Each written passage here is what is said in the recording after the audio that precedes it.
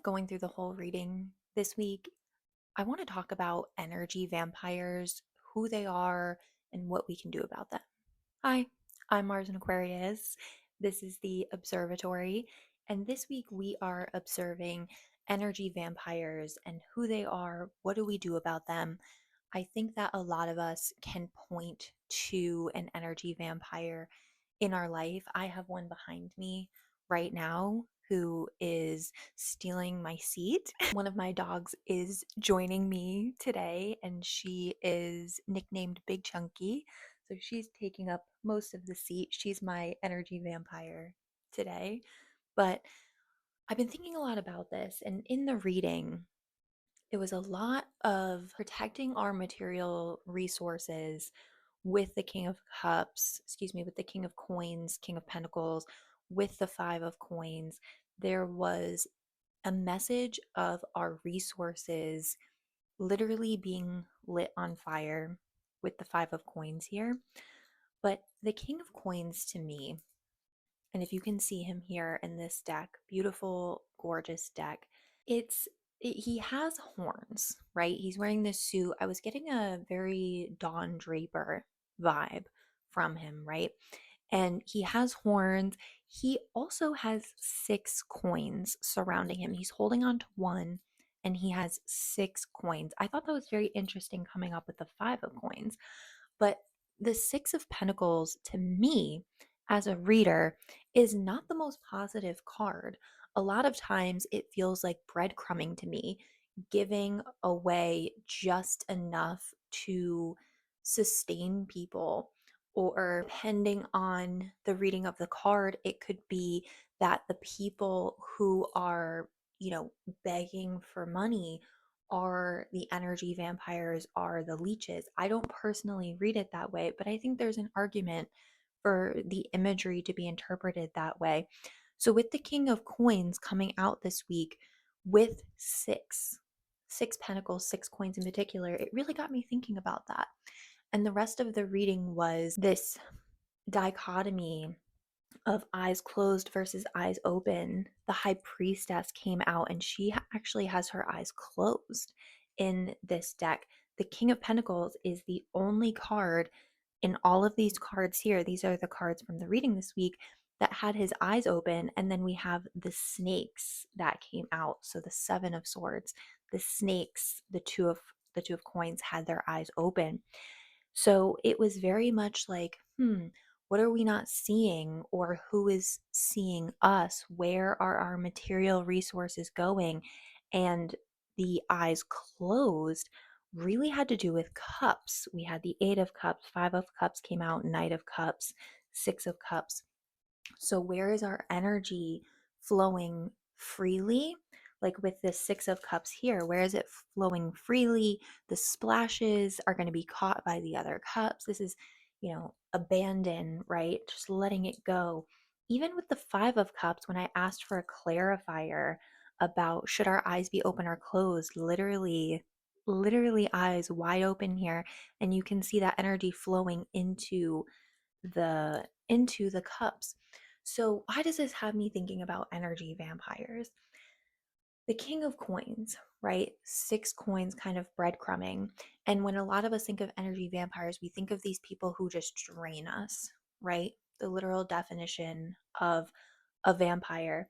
And some of this reading too had to do with in which ways are we willfully contributing to this situation, right? The Eight of Cups here, she has her eyes covered, or they have their eyes covered, I'm not sure. They have their eyes covered. The Nine of Swords here, right? Their eyes are covered and they're holding those hands actually onto their eyes.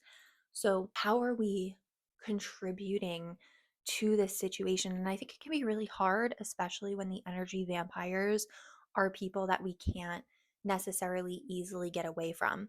And I think that's why the term vampire is so apt and so funny.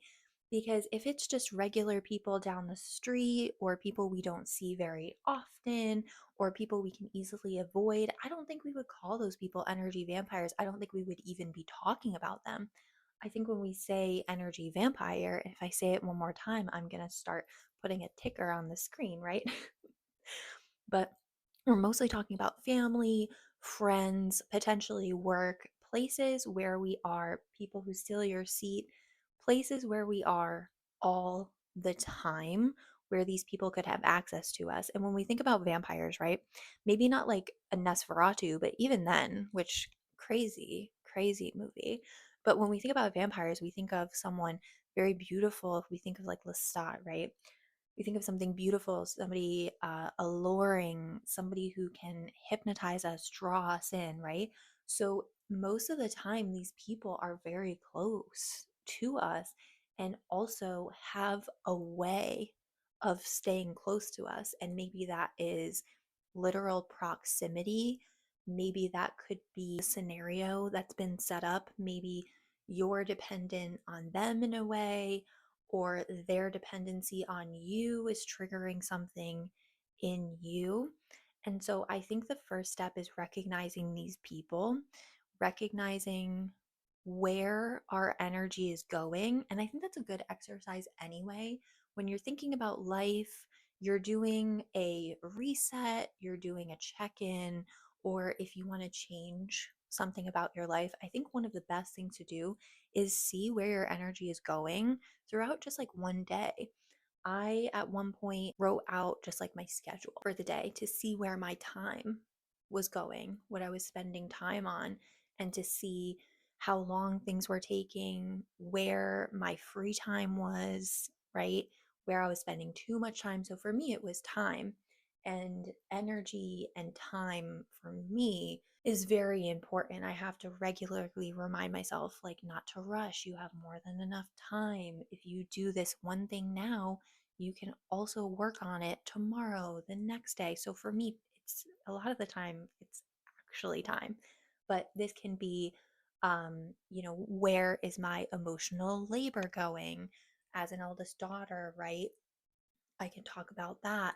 I'm not a mother except to, at least one energy vampire that's here with me.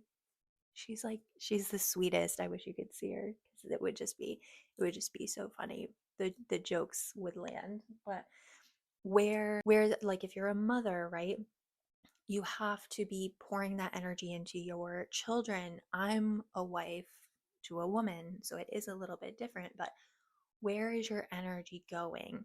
And I think for one day, if you just observe, right? Or you could do a week.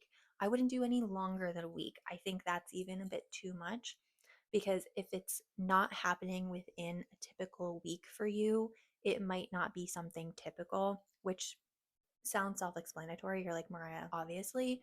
But I think if it's not typical, I don't know that it pertains to this conversation, right? The energy vampires, the situations that we're talking about, this is every day. This is every other day. This is at least once a week, right? Because sometimes you could have an energy vampire who calls you with this hour long crazy conversation and then they don't call you for another week or you don't see them for another week, but that one conversation drained you so much that you need that week to recover, right? And then they come back around to drain you again. So I think a week would be the maximum, but where is your energy going, right? With the king of coins here, where are they going? And the five of coins that came up in the reading, I said I wasn't going to go through the reading, but here we are.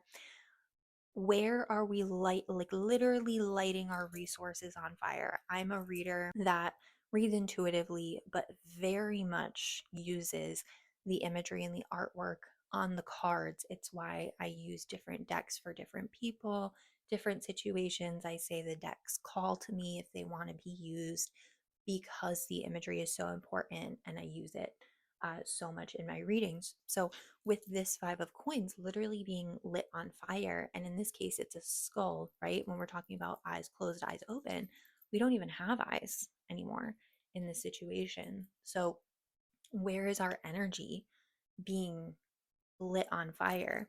And with this Knight of Cups, I'm so used to covering, I'm so used to covering for different platforms, but they have their eyes closed.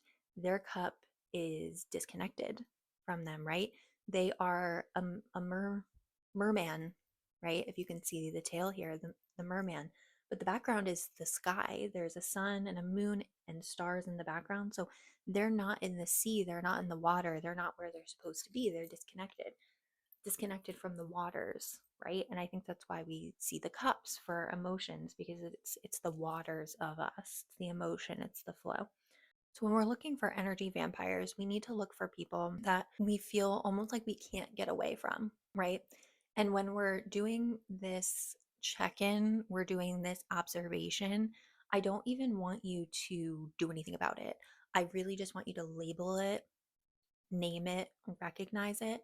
We don't need to do anything yet. We just need to identify where our energy is going. And if we do have one of these energy vampires, in our space, in our orbit, if you will. And once we do that, these people look like, again, people we can't get away from. And I'm not just saying you're like annoying boss, right? That's not an energy vampire. This is somebody who you almost dread seeing their name come up. You're like, what's it going to be today? What's going to be the crazy thing? A lot of times, energy vampires are like perpetual victims. There's always something happening to them, and I think that's what can keep us close, because most of us as human beings want to help. We want to be of service, especially people that are close to us. It's really hard for us as human beings, I think, to let people, drown or really, really fly and figure things out for themselves, right? Kind of like a mama bird pushing a baby from a nest. I think that's really hard in general for us as human beings, especially when this gets built slowly over time. So these people can look like perpetual victims. Something is always happening to them. They always like need money. There's always some, maybe like, I don't know, medical issue. They're always like falling down, bumping into things, like being reckless, careless. There's a recklessness usually to these people that contribute to the chaos of their life. These people are not peaceful people. Their life is usually chaotic. There is usually difficulty in other relationships in their life that they'll probably tell you about, right? So you want to look for people who are, I wouldn't say these people are necessarily, um, secure in themselves either. There might be an air of insecurity. And when I'm thinking about emotional vampires that I've come across in my life, because I also think that if you're doing this and you're like, I have seven, I want you to pause and really consider that and maybe do some self reflection and look in the mirror. I'm not saying that that's not possible, but I am saying that I only really ever have one, maybe two in my life. And to be fair, I keep my circle very small. However, if you have seven people that can affect you that deeply at any given time, at that point, we might need to look in the mirror instead. Okay. Which we're going to do anyway when we talk about, how to get rid of these people. But if you have that many energy vampires in your life, like that you really consider at that level, that might be a you problem, boo. All right. So you've done your evaluation. You spent the day, you spent the week really observing, really looking out for this person. If you clicked on this video, you probably already know who they are. I doubt you had to do much observing, but seeing where your energy is going, how much of your energy is going to this person. And also, while you're doing this, I don't want you to blame yourself or feel shame or guilt or anything, or I mean, maybe it would be hard to not feel these things, right? But just let them pass through. Okay. Feel those things and let them pass through, because when people really do get to the level of energy vampire, it can be so difficult to remove these people. And what I was going to say before is, if you have seven of these people, that might be on you, because I do think that most people's energy is not that strong, not that powerful to be influencing us so deeply. Like as a reader, I say all the time, people will ask, Is so and so preying on my downfall? Is so and so sending bad energy my way or whatever? And a lot of the times, like even if somebody is preying on your downfall, which I don't think most people are, I'm going to be honest, like I think that's a really strong feeling. Most of us just get angry and move on, or even people that I don't. There are people that I really do not like that would be in a jar, would be in a freezer, right? And even then, it's like, hey, stay away from me. I think it's pretty rare to like truly want to almost attack someone in that way, even energetically, if it's not in self defense. And I don't really have any qualms about it either. I'm not someone who's like, oh my God, you should never do that. But I don't really, that's fine with me, honestly. But I think most people are just not that strong and not doing that. So these energy vampires really are this next level where they can actually drain your energy. Um, they can influence you in this way. And I don't know if these people, thinking about my own life over time, I don't think these people are um, even doing it on purpose or maybe maliciously. And that's why I'm throwing in the insecure as well, because I think they just need to sustain themselves, right? When I'm thinking of an energy vampire, I don't think it actually even has anything to do with me at all, right? It's that this person needs to be draining my energy to sustain themselves.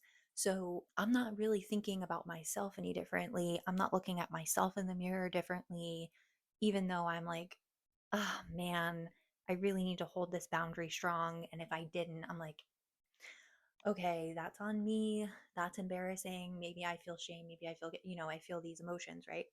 But I'm not like looking at myself any differently because I'm dealing with an energy vampire.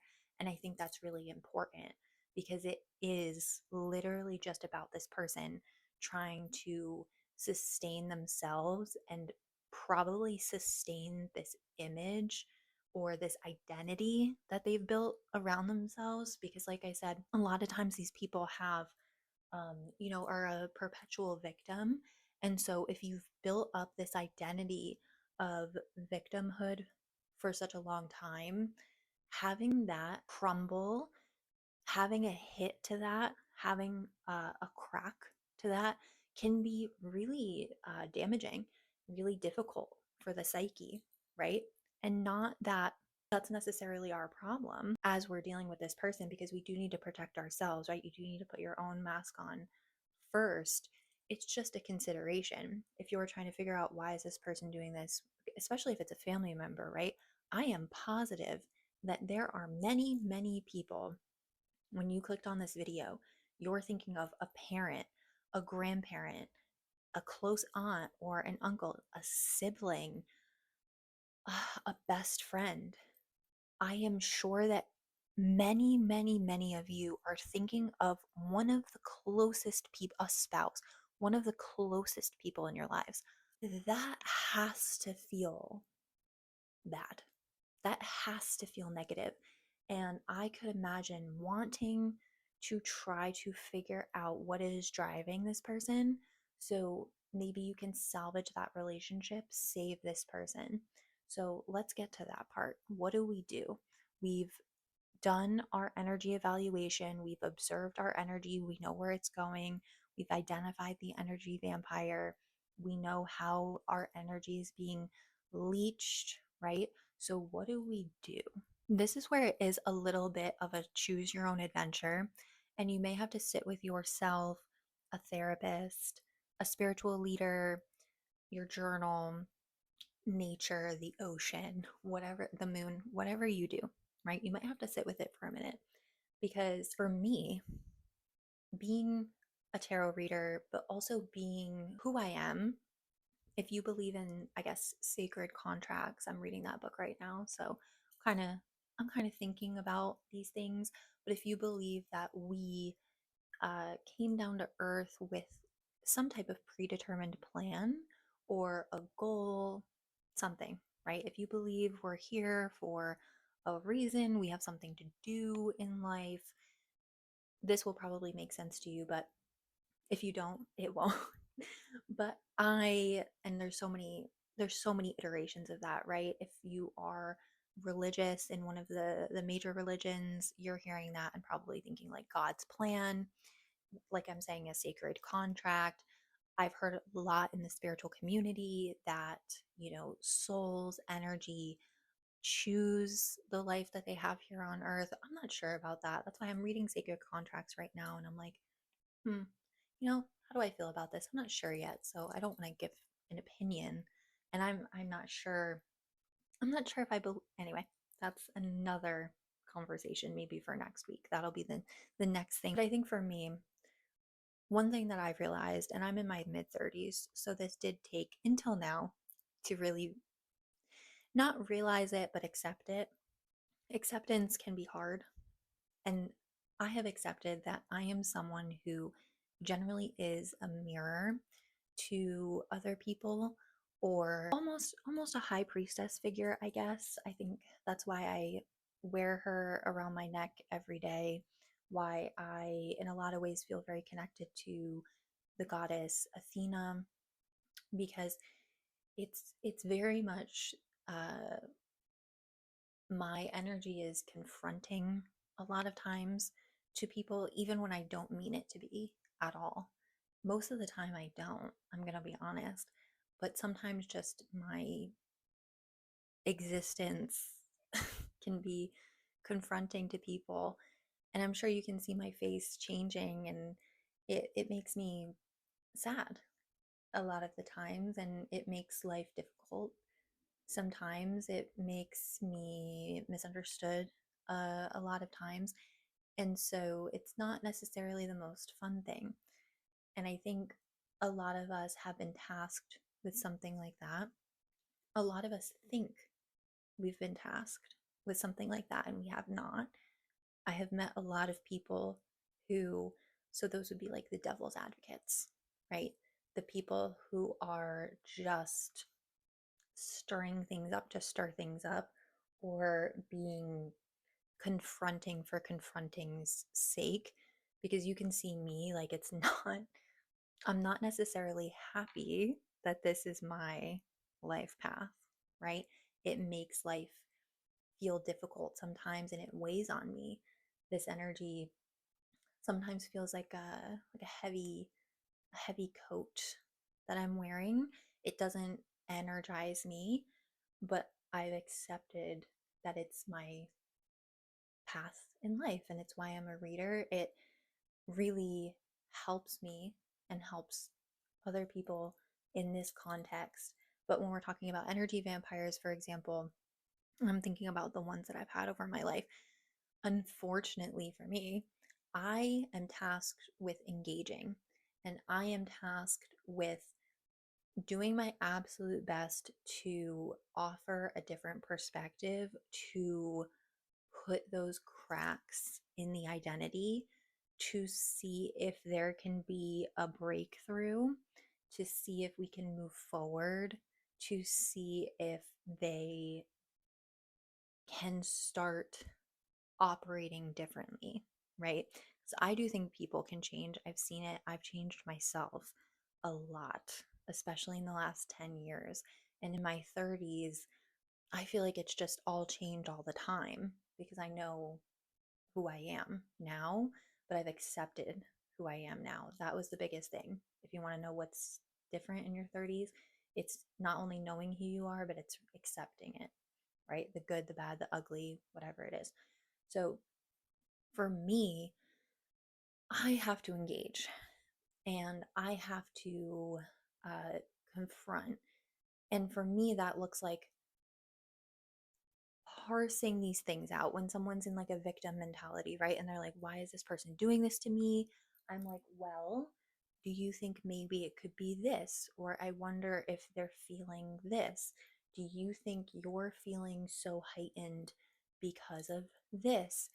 Could it be that you just, this person cares a lot? Could it be that you feel really bad? And so you're trying so desperately to not feel bad this person has told you you hurt their feelings, and that's difficult for you to accept. And so now you're feeling bad, and now you're being this energy vampire because you feel bad. So you want to suck the energy so that you don't feel bad, right? That unfortunately is my lot in life. And I think it's a lot of other people, a lot of air signs. I'm an Aquarius, Sun, Scorpio rising, Capricorn moon. I never had a chance, never had a chance. But my other air sign friends, Aquarius, Libra, not you Geminis, not you Geminis. You guys are just off on your own thing. I love that for you so much. Um, but also some of the like Angelina Jolie is a Gemini, and the work that she's done with the UN and everything, and the way that she has.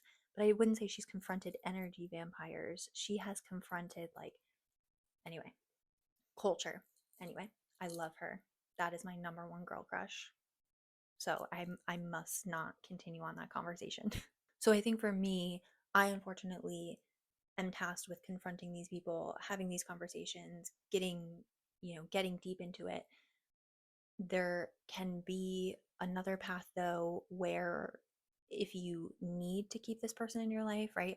If it is a parent, a spouse, a sibling, I don't know, somebody who's in your space, there can be so many social, cultural, economic reasons for needing to keep an energy vampire in your space. So, number one, if that's you, as much as you can, don't judge yourself for it, right? That's 2026. That's the world we live in. That happens. And I think that's been happening since the beginning of time. There are so many instances where people cannot leave situations for whatever reason. So, you know, don't don't judge yourself for that. Big Chunky just did a big yawn and a move, so she's saying don't judge yourself either. But think about you. Think about your skills. Think about what energizes you. Think about who you've been. Have you been someone who sometimes I think of myself, and this is going to sound really grandiose, and I genuinely don't mean it that way. And there are so many reasons why I'm saying it that we're already like what an hour, I don't even know, an hour in, please. I and this is why I think Athena shows up for me along with the high priestess because I picture myself as someone who stands in front of. I had this vision a few years ago of me on a horse with a sword in armor, very Joan of Arc, leading the charge. And in that vision, I don't know if there was anybody behind me. I couldn't see, the enemy in front of me. And I still don't know. And I have put myself in that position a lot over my life where I'm standing in front of, right? And so that I think that's just my lot in life, right? If you believe in that, then that's God's plan for me, or that's what I chose before I came here. So if that's you, if you're someone who does that, that's very social justice, very probably maybe a lawyer, a mama bear situation. If you're someone who stands in front, if you go to the front, if you run to the front, that's probably you. There's other iterations though where maybe you are supposed to put up these boundaries. You're supposed to cut off access to this person as much as possible, right? And by doing that, that is either forcing that person to leave, remove themselves, find someone else, or confront their own energy. I think a lot of times when there's energy vampires in our life, it's it's their path, it's their journey. I don't think it has anything to do with us, like I said. So I think they are meeting us to impact their energy, right? Even though it can feel negative to us, even though it is impacting us, I think the change is supposed to be happening with them. So how can we put down boundaries, right? Can we put physical boundaries? Can we close a door, right? Not always, but can we close a door? Can we be out of the house? Can we join activities? um, if this person is calling you, texting you, can you block them? I've literally blocked people before. Like, I will block people from Friday to Monday. I will block, like, I've blocked it. It's hit them with a block, you know? Protect your energy, protect the access to you if you need to, right? And obviously, if you're unsafe, please, I don't know, almost like don't watch this video, right? This is not for people who are like genuinely unsafe in situations. That is something completely different. So if you're like in an unsafe situation, not for you. Boundaries are going to be the most important thing that we can put in place with the energy vampires. And I even do it too. I won't answer a call, I won't answer a text. I will take a while to answer, or I'll call back the next day or something. You want to protect your energy as much as possible, or protect the access to you as much as possible. And I think the reading this week too, one of the first things we need to do is really see this person with our eyes open, really name this energy, label this energy, and say, you know what, this person is draining me. And again, that can be really hard when these people are some of the closer people in our lives, but that's the most important thing. And you can also, I mean, there's so many resources online. If you do want to, confront this person in a different way and say, like, hey, it feels like, I don't know how you would want to say it, because the way I would say it might not be the way you would say it, and I don't know if I would recommend the way that I would say it, but I would probably say something like, hey, sometimes this friendship, this relationship, whatever, feels very one-sided. It feels like I'm doing a lot of emotional labor here, a lot of emotional heavy lifting, and depending on who they are, whatever, it's like, I love you, but I need to, um i can't I can't take on your energy right now. I can't do this. And I think we've gone a little too off the rails with the therapy speak. And you know like, me and my best friend, sometimes I'll be like, hey dude, I have something like weird to tell you. Are you like in a space to receive something weird as fuck, but we're not like, hey, can you hold space for me right now? Because that's my best friend. I know what's going on with her. I know what's going on with me. I'm like, hey, dude, like, yeah, I think we've gone too far with it, and we're rapidly losing community because of it. But anyway, so with these energy vampires, you could say something like that, and they're going to come back at you and be like, oh my God, so you're saying I'm a burden. You were saying, like, my energy is overwhelming you. Like, how could you say that? Like, I'm just coming to you because, like, you're my best friend, you're my sister, you're what, blah, blah, blah. Like, I'm your mother, I'm your father. Like, it's going to be an upsetting conversation. Like, they're not going to take this well, because again, you're sustaining them in a way. So it's not going to be a fun conversation. So you decide if you want to have it or not. I am a big fan of the Irish goodbye. Like I said, I'll block somebody, you'll never see me again. I was dating someone, I blocked them one day, never spoke to them again. Block, block, block, block, block. Never spoke to them again. I'm not somebody who needs like closure. If I have it, I'm good with it. If I've made the decision in my mind, Aquarius, Scorpio, Capricorn, if I've made the decision in my mind, I'm fine hitting you with a block and never speaking to you again. It's been 7 years. I have no interest in having a conversation ever again, getting closure ever again, having questions that I have answered. I'm fine, right? So I'm fine with a block. I'm fine with an exit stage left. Okay. But that's not everybody. So if you need to have this conversation, know it's not going to be fun. Know that they are going to desperately try to hold on to their energy source, because of course, right? Like, I'm not even necessarily mad at them for doing that. Of course they would. Of course they would, right? If you're starving and someone is like offering you food, right? Once a week, every day, whatever, you're going to try to desperately hold on to that food. You don't want to starve, you know? Of course. So for me, it's not even, I'm not even mad at it. To me, it's obvious that they would do that. To me, if they didn't do that, that would be weird, right?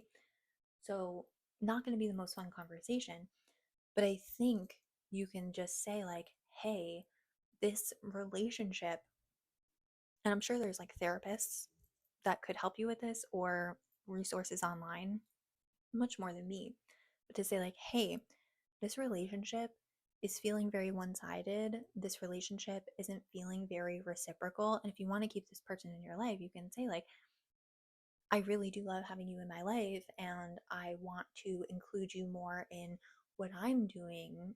I want to talk to you about my problems, which I don't know that I recommend with an energy vampire. But again, if we're trying to move forward and I do think these people can change, I want to tell you about my life.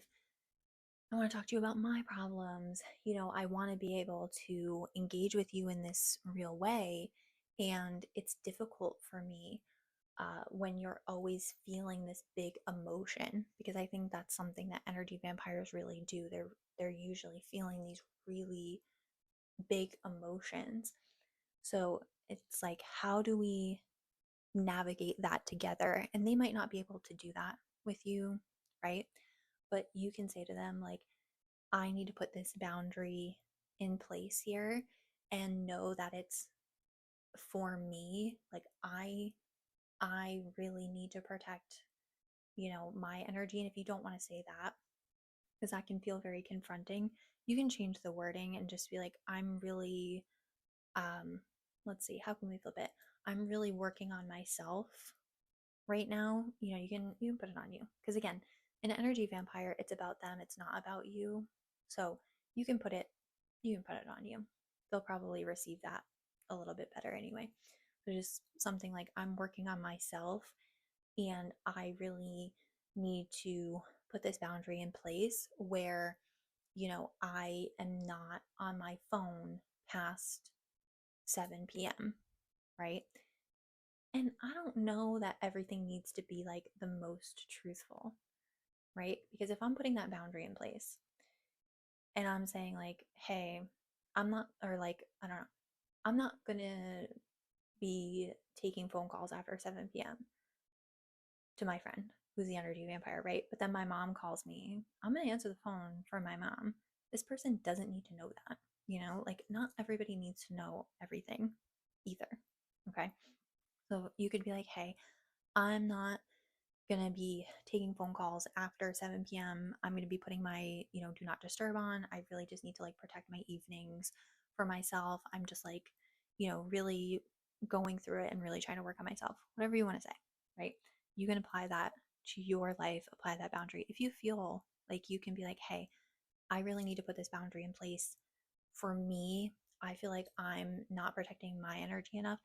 This person is going to feel very offended by this conversation. This person's going to feel upset by this conversation. And I'm just saying that because I know that for sure. And I just want you to be prepared for that. I don't want you to think, you know what, because this person is so close to me, I think they're going to receive this well.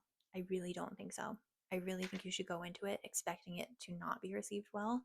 And if it is, I almost wonder if they were an energy vampire to begin with, because again, this person is trying to sustain a life force for them by keeping you around, by continuing to leech off your energy. So if they weren't upset, I would be like, were they even an energy vampire to begin with? But opening that door, opening that conversation, this person may step away from you. They may find someone else, right? They may be upset. They may be trying to get back, be like, oh, I'll change, or yeah, blah, blah, blah. There needs to be some space and some distance. And then, unfortunately, the rest is on you. You do need to figure out, how do I come up with a boundary before this conversation? How do I enforce that boundary? And what do I feel comfortable with too? Because again, for me, I'm fine hitting people with a block. I've told people I've hit them with a block. I've said, yep, I blocked you from Friday to Monday, or I blocked you from this time to this time. It doesn't bother me. If it bothers you to tell people that, that might not be your move, right? You might need to move a little bit differently. If you say, hey, obviously I love a block, guys, but just, let's go with it. If you say, hey, I'm not going to answer texts and phone calls after 7 p.m. I kind of like that one, and I've implemented that one at some points in my life just to protect my evenings and, hang out with my wife and, have a peaceful night, recalibrate, whatever, what have you. I have a hard time winding down. So that's why for me, blocking and literally removing access, protecting my evenings, protecting my mornings, I have a very hard time winding down. I have a hard time like switching on and off. It's hard for me to go from one thing to another. ADHD. Um, so that's why like that transition period can be really hard for me. So I have needed to protect my evenings. However, right? If someone can still reach me, so if I am still seeing a text or a phone call from the energy vampire and that's going to upset me, that's going to derail my evening, saying that I'm not going to answer a text or a call clearly isn't enough because I'm not answering the text or call, but I'm still seeing it and it's still upsetting me, right? Because I wouldn't expect the energy vampire to respect your boundary. So if you're saying, and I mean, I guess they are, right? Like, hey, I'm not going to answer text or phone calls after 7 p.m. That's not, don't text me or call me after 7 p.m. My boundary is I'm not going to answer. So the energy vampire is actually respecting your boundary in a way because it wasn't that specific. So if you're seeing this text, you're seeing this phone call, and that's going to upset you, maybe rethink that boundary. Maybe you do need to hit them with the block. Maybe you do need to say, hey, please don't call me or text me after XYZ time. If you do, like, I am going to have to block you. Again, I love a block. And I love literally removing people from my energy and from my orbit. I love it. I love being unreachable in a lot of ways. So, recap, energy vampires can be really damaging to our life because, like I've said a million times now, it's not about us at all. So, with an energy vampire, there's nothing that like you can do, right? You're not going to be able to change. You're not going to be able to like work on yourself. You're not like it's not about you at all. Like there's nothing that you can do. Even if the energy vampire makes you feel that way sometimes, there's nothing, it's not about you. They are trying to suck your energy. They're using your energy as a life force. They're using your energy to feel better about themselves. They're using because like I've had an energy vampire that like really wanted to upset me all the time.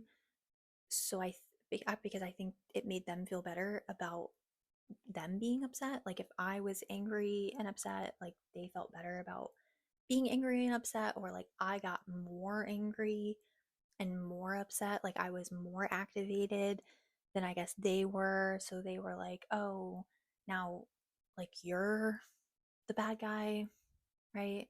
I don't know. So what we want to do is figure out who these people are. We want to observe where our energy is going. And then we want to figure out who we are, what we can feasibly do.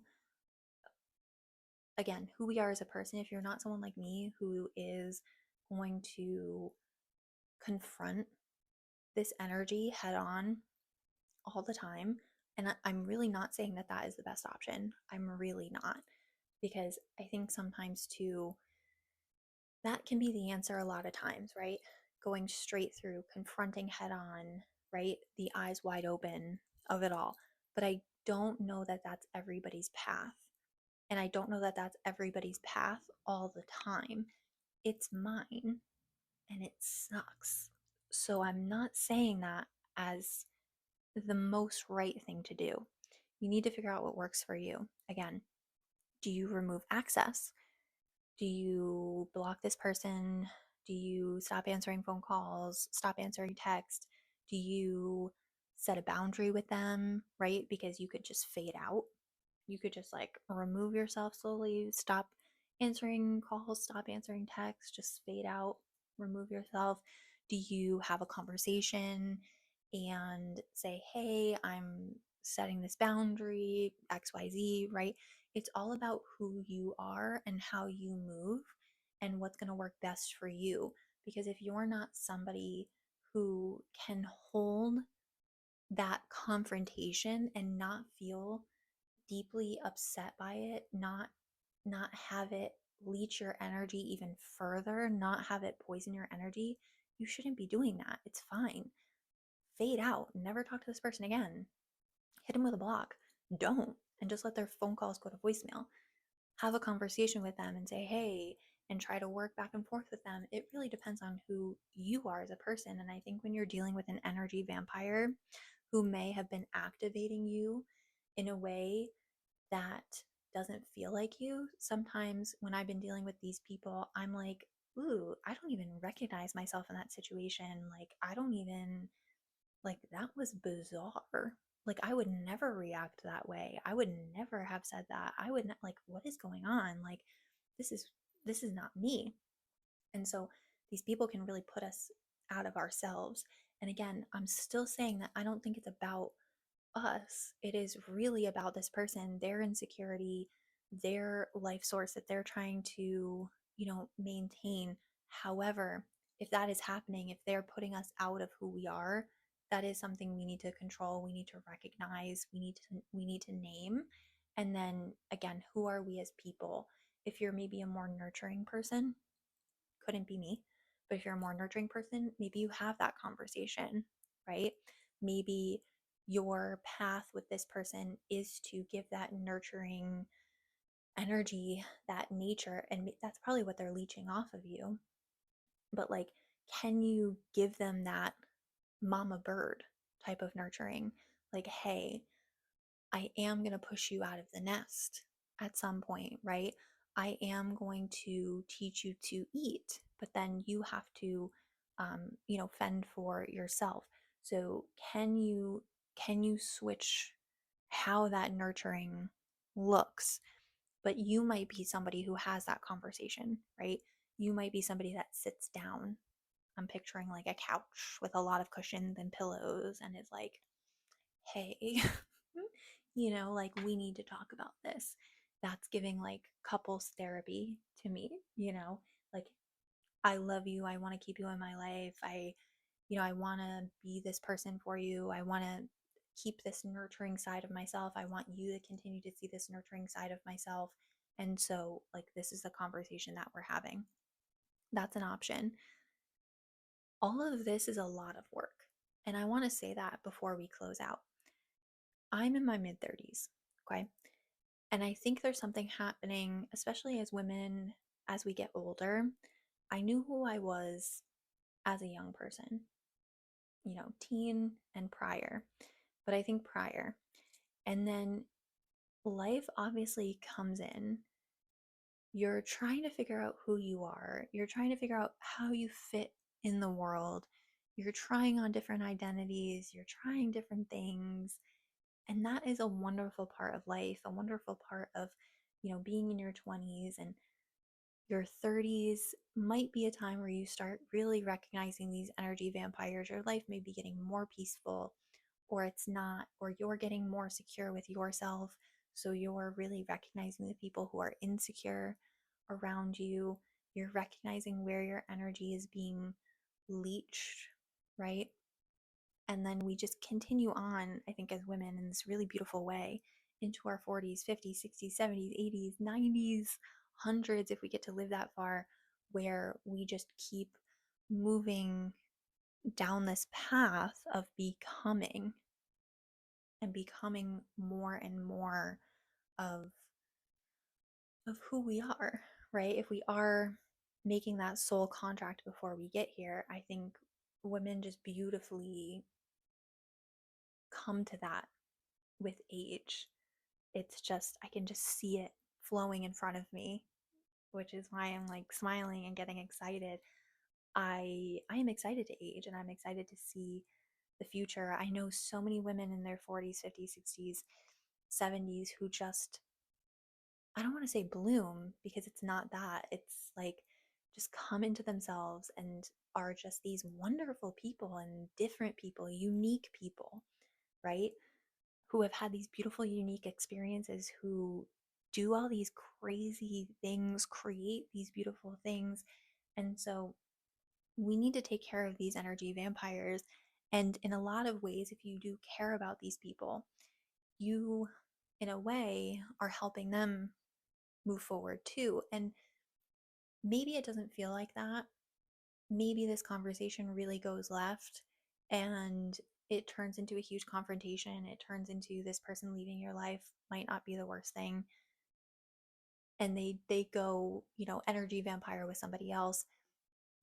You might be the first stop and they've got 5 stops on that train until, they change, or maybe they never do, you know? Again, energy vampires are not about us. So maybe they never change, maybe they do. That's not really our concern, right? Our concern is how do we move within this situation? What do we do? And so decide what you're going to do in terms of a boundary, a conversation, hit them with a block, right? If you're going to be that mirror for them and reflect back to them. If you are a fire sign, I don't think that that's you. I'm just going to say that, which might be funny. I wonder if the mirrors are air signs, because with the fire signs, I wonder if that confrontation has too much energy to it.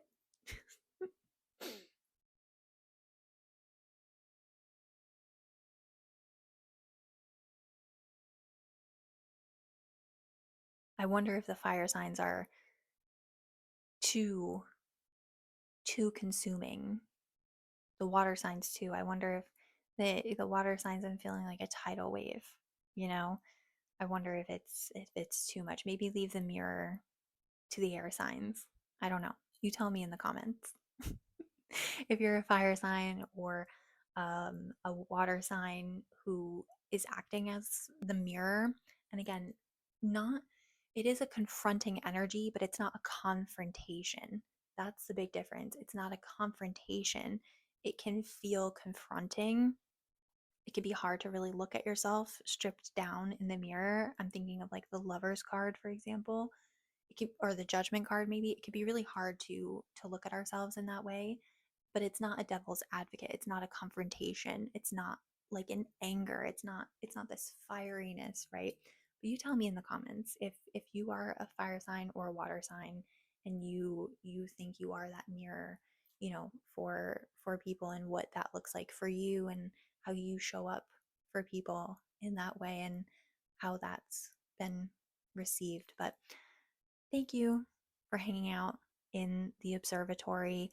I hope that you're able to deal with the energy vampires in your life and either remove them, or I don't know.